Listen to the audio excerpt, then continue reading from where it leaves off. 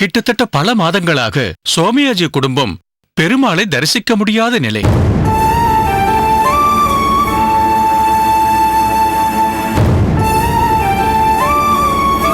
மிகவும் சங்கடமான நிலைதான் இல்லையா சுவாமி? ஆமாம் மலராண்டான்.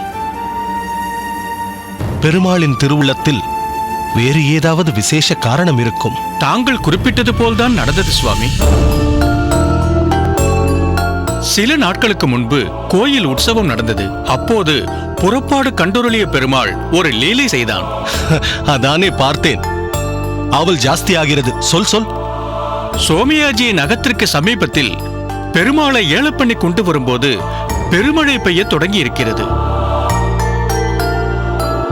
செய்வதறியாது திகைத்து பெருமாளை மழையில் நனையாமல் பாதுகாக்க நினைத்த திருப்பாதம் தாங்கிகள் அருகில் இருந்த திண்ணையில் அமர்ந்தருள பண்ணி இருக்கிறார்கள். அந்த திண்ணை வேறு யார் அகத்து திண்ணையும் இல்லை, நம் சோமயாஜி அகத்து திண்ணைதான் சுவாமி. அது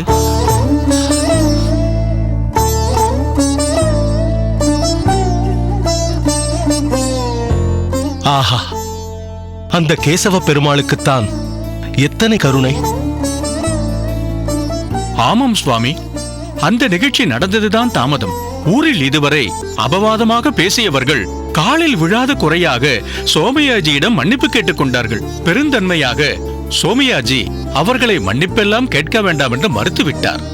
பெருமாள் தன் அகத்திற்கே வந்து தம் கையால் அர்ச்சனை ஆராதனைகளை கண்டுருளியது அவர் குடும்பத்தில் மீண்டும் வசந்தத்தை கொண்டு வந்து விட்டது. நிச்சயம் இச்சம்பவம் நம்மை மெய்சிலிர்க்க வைக்கிறது. பெருமாள் செய்யும் வினோதம் அப்படி. கற்பவை நீ, கற்றவை நீ, காரணன் நீ, நாரணன் நீ என்று ஆழ்வாரின் பாசுரம். அவன் லீலையை அவனே அறிவான். இவற்றையெல்லாம் தெரிவித்துவிட்டு செல்லலாம் என்றே இன்று தங்களை தரிசிக்க வந்தேன் சுவாமி. நம் திருமலை நம்பி சொல்ல சொல்ல அந்த ராமானுஜனை பார்க்க வேண்டும் என்ற ஆவல் ஏற்படுகிறது. எதற்கும் நேரம் காலம் வர வேண்டும். திருமலை நம்பிகளே, ராமானுஜன் படிக்கும் பாடங்களில் கவனமாக இருக்கிறான் அல்லவா? அதில் அதிகம் தடை ஏற்படவில்லை சுவாமி. சோமயாஜியும் தகுந்த முறையில் அவனுக்கு ஆரம்ப பாடங்களை போதித்து வந்திருக்கிறார். தற்போது மயூரவண்ணன் என்ற வேதாந்தியிடம் கல்வி கற்கிறான். தவறாமல் சோமயாஜியுடன் கோயிலுக்கு சென்று பெருமாளையும் தரிசித்து வருகிறான். திருமலை நம்பி, நடந்ததெல்லாம் நன்மைக்கே என்று எடுத்துக்கொள்ளச் சொல்லுங்கள். நீங்கள் அனைவரும் ஒன்றை மனதில் கொள்ளுங்கள். இப்போது வேண்டுமானால் ராமானுஜன் உட்பட அந்த குடும்பத்தினர் கோயிலுக்கு செல்ல முடியாத சிறிது காலம் இருந்திருக்கலாம். எதிர்வரும் காலத்தில் கோவிலிலேயே அந்த ராமானுஜனை தூக்கி வைத்துக் கொண்டாடும் உயர்வான நிலை வரும். அந்நாள் வெகு தொலைவில் இல்லை.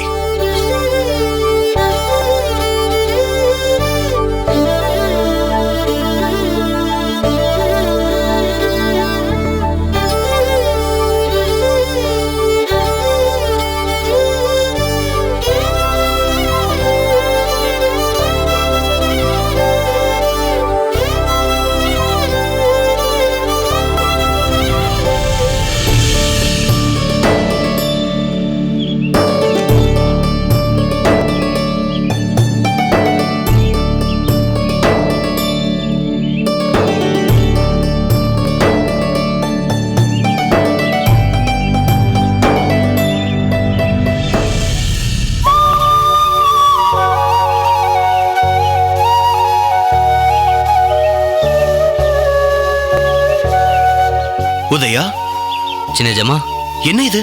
பாத்திரம் குறைவாக இருக்கிறதே. இன்னும் நிறைய பேர் வருவார்களே. கவலை வேண்டாம் ஐயா. பிரசாதம் நிரம்பிய இன்னொரு பாத்திரம் உள்ளே இருக்கிறது. அதுவும் தவிர நான் கதிரேசனிடம் சொல்லி வைத்திருக்கிறேன். எந்த நேரமும் இன்னொரு பாத்திரம் தயிர் சாதம் தயாரிக்க வேண்டிய பொருட்களோடு அவன் ஆயத்தமாக இருக்கிறான் ஐயா. அப்படியானால் சரி. பிரசாதம் மிகுந்து போனால் பரவாயில்லை. ஆனால் எவரும் பசியோடு இங்கிருந்து போகக்கூடாது. புரிகிறதா? சரிங்க ஜமா. வாருங்கள், வாங்கிக் கொள்ளுங்கள்.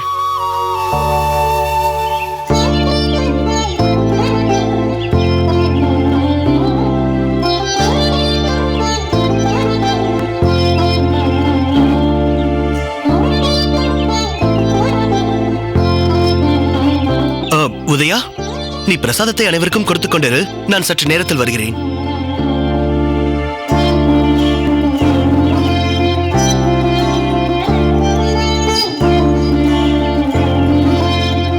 சுவாமி, என்னை ஆசீர்வதியுங்கள். இல்லப்பா, பெருமாளின் சன்னிதானத்தில் அவனை தவிர இன்னொருவரை நிலம் கிடந்து சேவித்தல் தகாது. தவறுதான். ஆர்வ மிகுதியில் நான் அப்படி செய்துவிட்டேன். நெடுநாட்களாக தங்களை சந்திக்க வேண்டும் என்று ஆவல் கொண்டிருந்த நான் இன்று நேரில் பார்த்ததும் சற்று உணர்ச்சி வசப்பட்டு விட்டேன். பரவாயில்லை.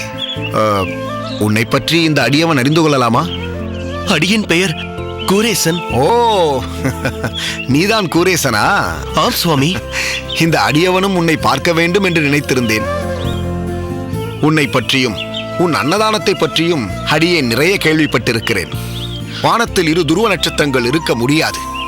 ஆனால் வைணவம் என்னும் பரந்த வானத்தில் கூரத்தில் நீயும் ஸ்ரீபெரும்புதூரில் ராமானுஜனும் 2 துருவ நட்சத்திரங்களாக ஒளி வீசிக் கொண்டிருக்கிறீர்கள் என்றால் அது மிகையாகாதப்பா. திருக்கட்சி நம்பிகளே, ராமானுஜரை துருவ நட்சத்திரம் என்று கூறினால் அது மிகையாகாதுதான். ஆனால் அடியேனையும் அவருக்கு ஈடாக நினைப்பது நிச்சயம் மிகையானதுதான். அவரின் விஷய ஞானமும் ஒவ்வொன்றையும் வேறு கோணத்தில் ஆராய்ந்து பார்க்கும் தன்மையும் அறிவு கூர்மையும் அவரை துருவ நட்சத்திரமாக உயர்த்தி இருக்கிறது. அடியேன் இன்னும் பூமியில்தான் இருக்கின்றேன். அப்படி இருப்பதையே அடியேன் விரும்புகின்றேன். ராமானுஜருக்கு ஒரு அடியவனாக இருந்து அவருக்கு சேவை செய்ய வேண்டும் என்பது மட்டுமே இந்த அடியேனின் விருப்பம். கூரம் என்றாலே அன்னதானம் என்று இன்று ஊரே போற்றும் அளவிற்கு நீயும் உன் பெற்றோரும் நற்பண்பில் சிறந்து விளங்குகிறீர்கள். உங்கள் குடும்பத்தின் வளமும் பரோபகார சிந்தனையும் மேன்மேலும் சிறக்க வேண்டும் என்று பெருமாள் திருவுளம் கொள்ளட்டும். பகவானுக்கே தங்கள் வாழ்க்கையை அர்ப்பணித்துக் கொண்ட தங்களை போன்றவர்களுக்கு அடியேன் பிரத்யேகமாக ஏதேனும் செய்ய எண்ணியிருக்கிறேன். இது பற்றி தங்கள் திருவுள்ளத்தை தெரிந்து கொள்ள நினைக்கிறேன். மிக உன்னதமான சிந்தனை இது. ஆயினும் இதனால் பயன் பெறுவோர் மிகச் சிலரே இருப்பர். பலரும், ஏன் மக்கள் அனைவருமே பயன்பெறும் வகையில் நீ ஏதாவது செய்ய வேண்டும். ராமானுஜனும் நீயும் சேர்ந்து இந்த சமுதாயத்தை மேம்படுத்த முயல வேண்டும். வருங்காலத்தில் துன்பம் என்பது வெறும் சொல்லாக மட்டுமே உலவ வேண்டும். அதன் கடுகளவு தாக்குதல் கூட மக்களிடம் இருக்கக்கூடாது. சகோதரத்துவம் தழைத்தோங்க வேண்டும்.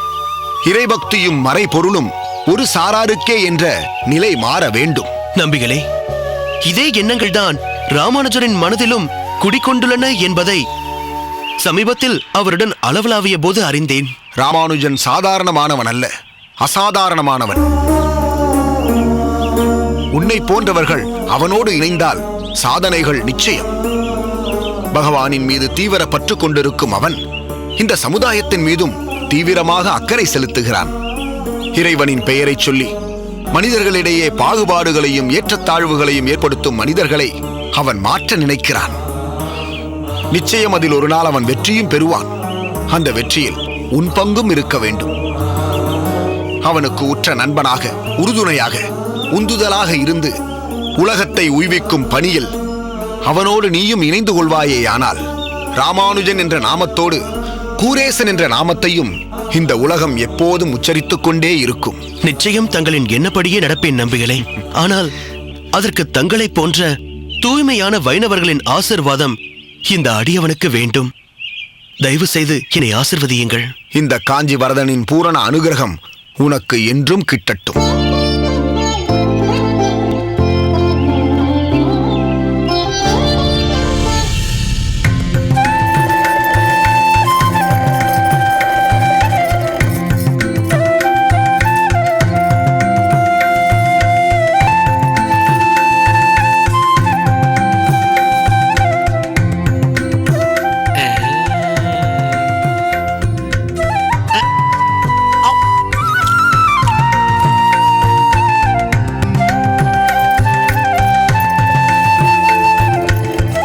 சுவாமிகளே, எதையோ ஆழ்ந்து படித்துக் கொண்டிருக்கிறீர். யமுனாச்சாரியார் அருளிச் செய்த ஸ்தோத்திர ரத்தினம் படிக்க படிக்க சுண்டி இழுக்கிறது. ஆச்சாரியர் எழுதியதாயிற்றே, சுவையில்லாமல் இருக்குமா? ஆமாம் மாப்பிள்ளை, நீங்கள் ஏன் சற்று இளைத்தாற்போல் தெரிகிறீர்கள்? உங்களுக்குத்தான் தெரியுமே அண்ணா, அந்த 1.5 மாதத்தில் அவர் பட்ட பாடு இருக்கிறதே சொல்லி மாளாது. சரியாக அமுது செய்ய மாட்டார், தூங்க மாட்டார், ஏன் பேசுவதை கூட குறைத்துக் கொண்டு விட்டார். அப்போது இளைத்த உடம்புதான், ஆனால் இப்போது சற்று பரவாயில்லை. அந்த காலகட்டத்தில் நீங்கள் குடும்பத்தோடு திருமலைக்கு வந்து எங்களோடு இருந்திருக்கலாம். வேளா வேளைக்கு பெருமாளை திருப்தியாக தரிசனம் செய்திருக்கலாம். உங்கள் அண்ணாவிடம் கூட எத்தனையோ முறை சொன்னேன், நீங்கள் நேரில் போய் அவர்களை அழைத்து வாருங்கள், மாப்பிள்ளை மனநிம்மதி இல்லாமல் கிடந்து தவித்துக் கொண்டிருப்பார் என்று. இவருக்கும் அந்த சமயத்தில் ஏதேதோ வேலை வந்துவிட்டது. இதோ போகிறேன் அதோ போகிறேன் என்று சொல்லிக்கொண்டே இருந்தாரே தவிர போகவே இல்லை. திருமலைக்கென்ன, பக்கத்தில் இருக்கும் மதுரமங்கலத்திற்கே நான் கூப்பிட்டு வரவில்லையே. எங்குமே போகக்கூடாதென்றில்லை, ஆனால் அப்போது எதையுமே யோசிக்க தோன்றவில்லை. மனம் மறுபடி அந்த தீர்ப்பு பற்றியும் அதன் சம்பந்தமான சம்பவங்களையும் பற்றித்தான் சுற்றி சுற்றி வந்து கொண்டிருந்ததே ஒழிய வேறு எண்ணங்களே மனதில் இல்லை. ஒன்றை நினைக்காதே என்று மனதிடம் சொன்னால் அது பிடிவாதமாக அதைத்தான் நினைக்கும். மனதை மட்டும் கட்டுப்படுத்த தெரிந்துவிட்டால் எல்லோருமே யோகிகள் ஆகிவிடலாமே. இது மிகவும் துர்பாக்கியமான ஒன்றுதான்.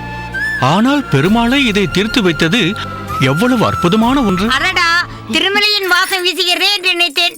அது சரியாக போய்விட்டது. திருமலை நம்பி வந்திருக்கிறார் போல இருக்கிறது. வாருங்கள் பாட்டி, எப்படி இருக்கிறீர்கள்? நான் நன்றாக இருக்கிறேன். பாட்டி, எங்கள் அகத்திற்கு தாங்கள் வந்து வெகு நாட்கள் ஆகிவிட்டது. காந்திமதியின் அண்ணாவை பார்க்க வந்ததில் மிகவும் சந்தோஷம். நான் திருமலை நம்பியை மட்டும் பார்க்க வரவில்லை, உங்கள் அகத்திற்கு ஒரு விருந்தாளியையும் அழைத்துக் கொண்டு வந்திருக்கிறேன். விருந்தாளியா? யார் பாட்டி? நீங்களே பாருங்கள். வாடி அம்மா.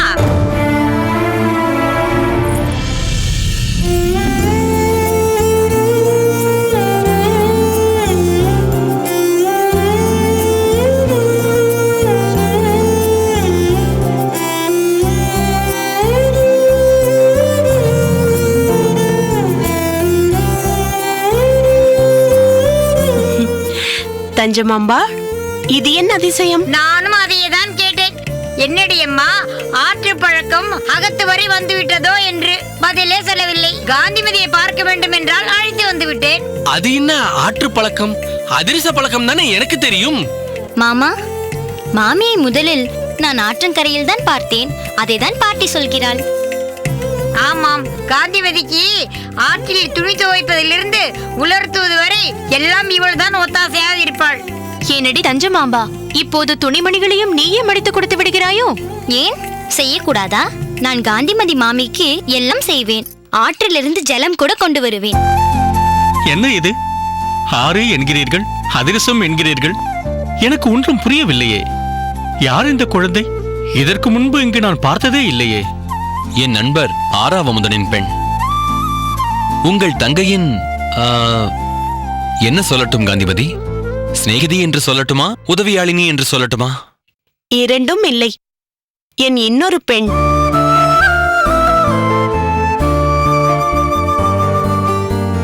உன்னை போலவே லட்சணமாக இருக்கிறாள். தெரியாதவர்களிடம் சொன்னால் நம்பி விடுவார்கள். ரொம்பவும் சமர்த்தான பெண்மணி. ஏய் தஞ்சமாம்பா, உன் மீது எனக்கு பயங்கர கோபம். ஏன் மாமி? பிறகு உன்னை எங்கள் அகத்திற்கு வா வா என்று கூப்பிட்டிருக்கிறேனா இல்லையா? ஏன் என் அக்கா அகத்திற்கு மட்டும்தான் வருவாயா? மதுரமங்கலத்திலும் இதே ஆறுதான் ஓடுகிறது. நானும் துணி துவைப்பேன், அதிரசமும் செய்வேன். மாமி, கோபித்துக் கொள்ளாதீர்கள். நிச்சயம் நான் வருகிறேன். வா வா, நீ வந்தால்தான் எனக்கு அதிரசம் கிடைக்கும். இல்லை என்றால் எனக்கும் செய்ய தெரியும் என்று ஒருவேளை வாய்ஜாலம் காட்டுகிறாளோ என்பது தெரிந்துவிடும். அக்கா பாரக்கா. இருக்கட்டுமே, இது ஒரு விதமான அந்யோன்யம் மக்கே. இதுதான் சுவாரஸ்யம். என்ன காந்திமதி, இப்படி ஒரு சுவாரஸ்யம் நமக்கில்லையே என்று வருத்தமாக இருக்கிறதா? ஐயோ, என்ன சொல்கிறீர்கள்? அவர்களுக்கு அது சுவாரஸ்யம், நமக்கு இப்படி இருப்பதுதான் சுவாரஸ்யம். பார்த்தீர்களா மாப்பிள்ளை, என் தங்கை எப்படி மடக்கி விட்டாள். நீங்கள் உங்கள் விஷயங்களில் கெட்டி என்றால் குடும்ப விஷயங்களில் அவள் கெட்டி. ஆமாம் காந்திமதி, ராமானுஜன் வரும் நேரம்தான் என்று சொன்னாயே, இன்னும் அவனை காணோமே. பாடசாலையில் குருவுக்கு ராமானுஜன் மேல் சற்று அபிமானம் அதிகம். அதனால் திடீர் திடீரென்று ஏதாவது பொறுப்புகளை கொடுத்து விடுகிறார். அந்த பணிகளையெல்லாம் முடித்துவிட்டு வருவதற்கு சில நேரங்களில் இப்படித்தான் தாமதமாகும். ராமானுஜனை பற்றி கேட்க வேண்டுமா? அவனுடைய அறிவு கூர்மைக்கு எல்லோருக்கும் அவன் மேல் தனியொரு அபிமானம் ஏற்படத்தான் செய்யும். பிறகு இன்னொரு விஷயம். என்ன மன்னி? மறந்து விட்டீர்களா? நம் திருமலையில் பத்மமாமியின் விஷயம் பற்றி கேட்டுவிடலாமே. நாம் இங்கு புறப்பட்டு வரும்போது கூட என்னிடம் ஞாபகப்படுத்தினாள். ஆமாம் ஆமாம், நீயும் சரியான நேரத்தில் ஞாபகப்படுத்தி இருக்கிறாய். என்னன்னா விஷயத்தை சொல்லுங்கள். காந்திமதி, திருமலையில் வாசுதேவன் என்று நெருக்கமான நண்பர் ஒருவர் இருக்கிறார். கோயில் கைங்கரியம். அவர் அகத்துக்காரி பத்மா உன் மன்னிக்கு மிகவும் நெருக்கம்.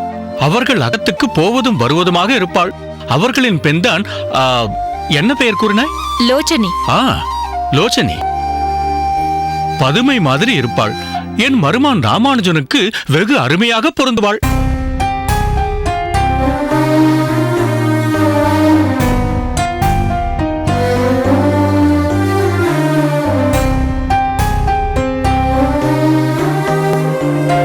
நான் கூட அவன் உபநயனத்தின் போதே சொன்னேனே, அடுத்து இவன் கல்யாணம்தான் என்று, இல்லையா?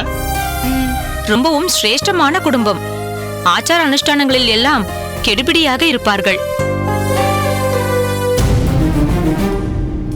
மொத்தத்தில் அருமையான வரன். என்ன, பேசி விடுவோமா?